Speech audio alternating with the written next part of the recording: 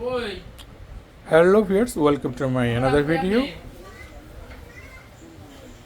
DJ plus 1500 কাজ চলতেছে। আমি অ্যান্টিসিগুলা লাগানোর চেষ্টা করেছি।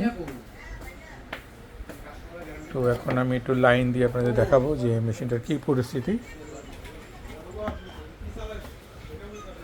আমি সিরিজে লাইন দিলাম, আমার সিরিজ লাইন দিলাম।